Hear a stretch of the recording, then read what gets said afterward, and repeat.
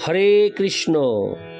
আজ 21শে পৌষ 1430 ও ইংরেজি 7ই জানুয়ারি 2024 সফলা একাদশী। এই সফলা একাদশীতে আমি পাঠ করব শ্রীমদ্ ভাগবতম। আজ আমি পাঠ করব শ্রীমদ্ ভাগবতমের দ্বিতীয় স্কন্দ পঞ্চম অধ্যায় সর্বকারণের কারণের শ্লোক 26। হরে কৃষ্ণ। শ্লোক 25, 26, 27, 28 ও 29। অডিওর শুরুতে আমার সকল ভক্তিমতী মা ও ভক্তবৃন্দের কাছে বিনীত আবেদন, আপনারা জীবনের পূর্ণতা ইউটিউব চ্যানেলটিকে সাবস্ক্রাইব করে লাইক ও কমেন্টস করে এই চ্যানেলের রিচটা বাড়িয়ে দিন। খুব সম্প্রতি এই চ্যানেলের অর্থাৎ জীবনের পূর্ণতা চ্যানেলের রিচ অনেক কমে গেছে, তার ফলে অডিও বেশি দূর এগোতে পারছে না। তাই আপনাদের সাহায্য কামনা করছি।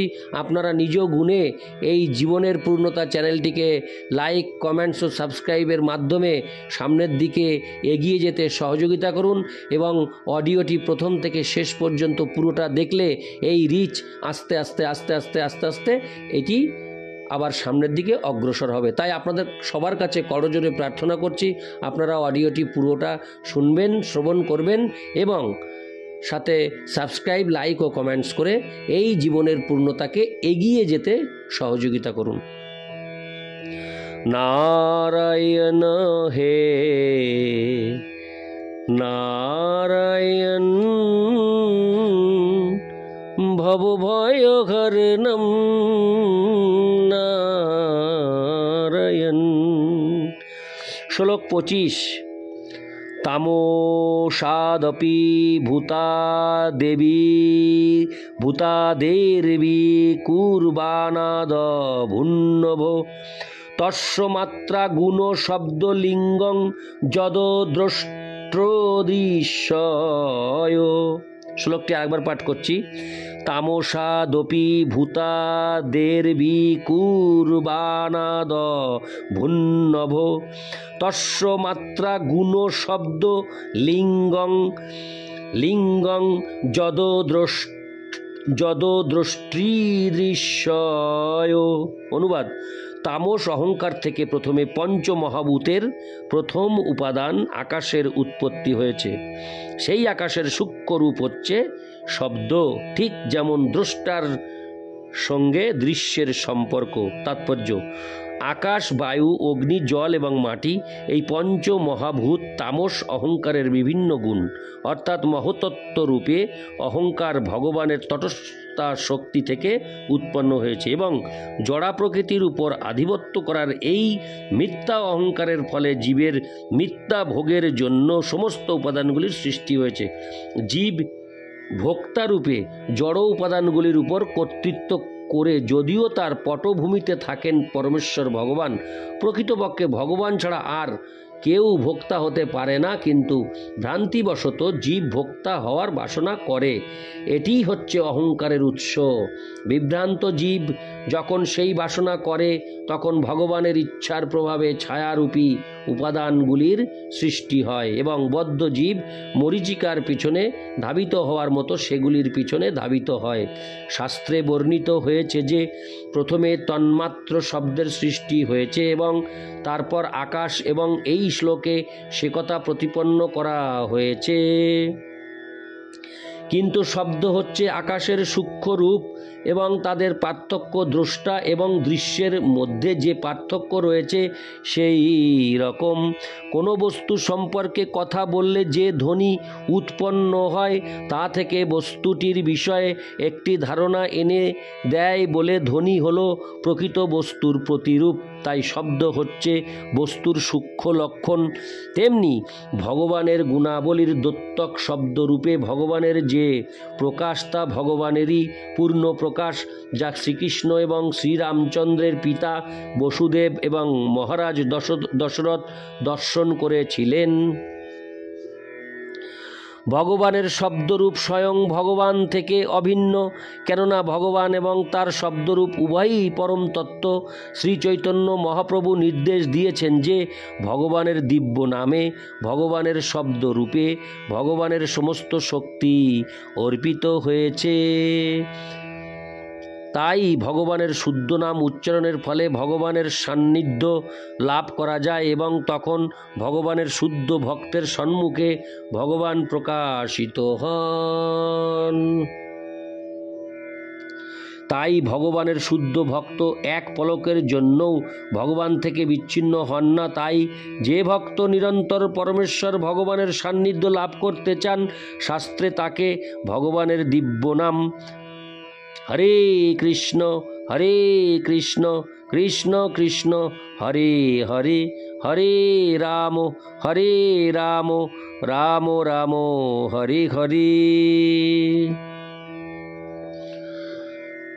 নিরন্তর উচ্চারণ করার নির্দেশ দেওয়া হয়েছে। যিনি এভাবে ভগবানের সঙ্গ করতে সক্ষম, তিনি অবশ্যই মিথ্যা অহংকার প্রসূত জড় জগতের অজ্ঞান অন্ধকার থেকে মুক্ত হতে সক্ষম হবেন।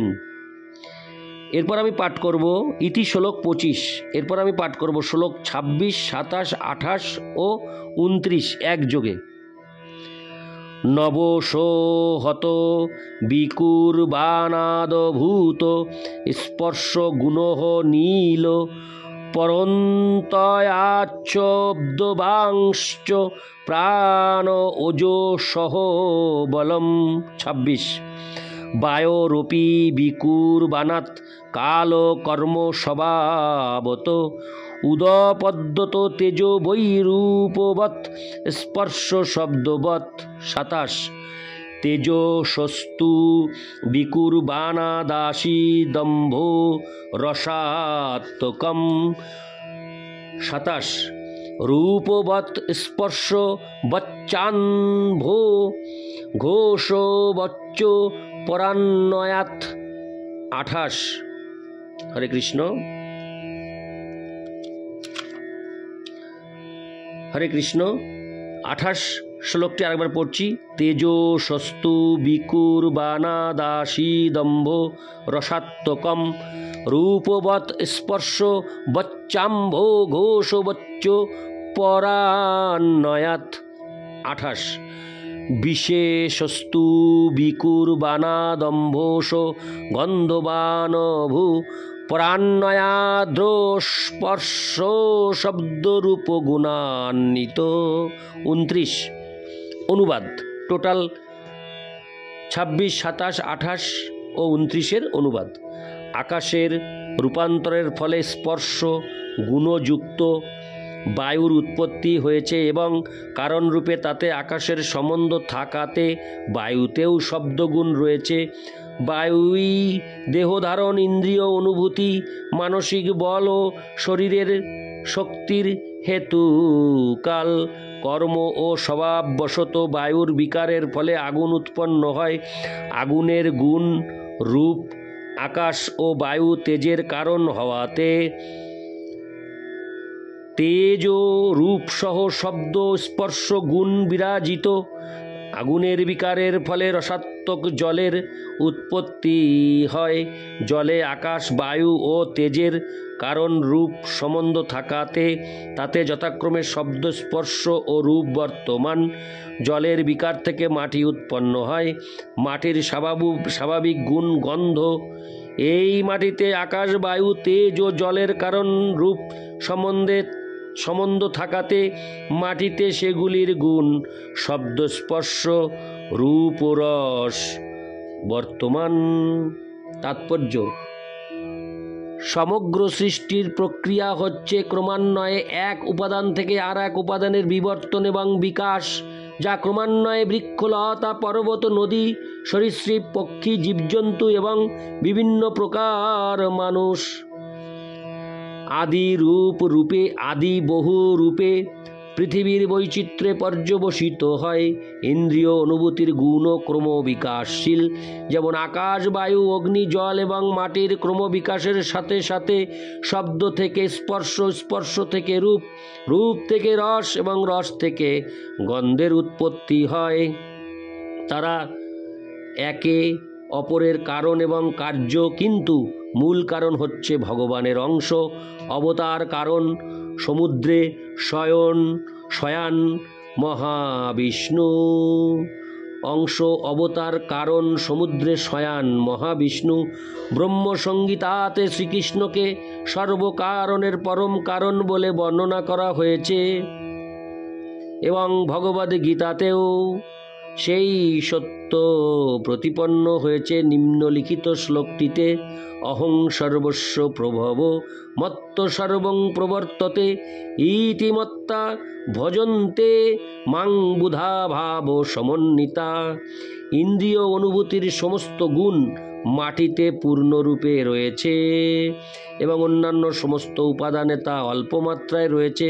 আকাশে কেবল শব্দের গুণ, কিন্তু বায়ুতে শব্দ এবং স্পর্শের গুণ, অগ্নিতে শব্দ, স্পর্শ এবং রূপ, এবং জলে শব্দ, স্পর্শ, রূপ এবং রস রয়েছে। কিন্তু মাটিতে এই সব কটি গুণ তো রয়েছে, উপরন্তু গন্ধ গুণ রয়েছে। অতএব মাটিতে জীবনের পূর্ণ বৈচিত্র্যের প্রদর্শন হয়, যা মূলত বায়ুর ভিত্তিতে শুরু হয়। শরীরের রোগ জীবের জড় জাগতিক শরীরের অভ্যন্তরস্থ বায়ুর বিশৃঙ্খলার ফলে উৎপন্ন হয়। দেহের অভ্যন্তরস্থ বায়ুর বিশেষ বিশৃঙ্খলার ফলে মানসিক রোগ উৎপন্ন হয়। অতএব যোগ ব্যায়াম বায়ুর নিয়ন্ত্রণের ব্যাপারে বিশেষ লাভপ্রদ এবং তার ফলে শরীরের রোগ প্রায় সম্পূর্ণরূপে নির্মূল করা যায়। যথাযথভাবে তার অভ্যাসের ফলে বায়ু বৃদ্ধি পায় এবং মৃত্যুকে পর্যন্ত বশ করা যায়। সিদ্ধ যোগী মৃত্যুকে বশ করে সূক্ষ্মলোকে স্থানান্তরিত হওয়ার উপযুক্ত সময়ে দেহ ত্যাগ করতে পারেন। ভক্তি যোগী কিন্তু তার ভক্তির প্রভাবে এই সমস্ত যোগীদের অতিক্রমও করেছেন এবং তিনি সব কিছুর নিয়ন্তা পরমেশ্বর ভগবানের পরম ইচ্ছার প্রভাবে জড়া প্রকৃতির অতীত চিৎ জগতের কোনো একটি গ্রহে উন্নীত হতে পারেন এবং তিনি সব কিছুর নিয়ন্তা পরমেশ্বর ভগবানের পরম ইচ্ছার প্রভাবে জড়া প্রকৃতির অতীত চিৎ জগতের কোনো একটি গ্রহে উন্নীত হতে পারেন। নারায়ণ হে নারায়ণ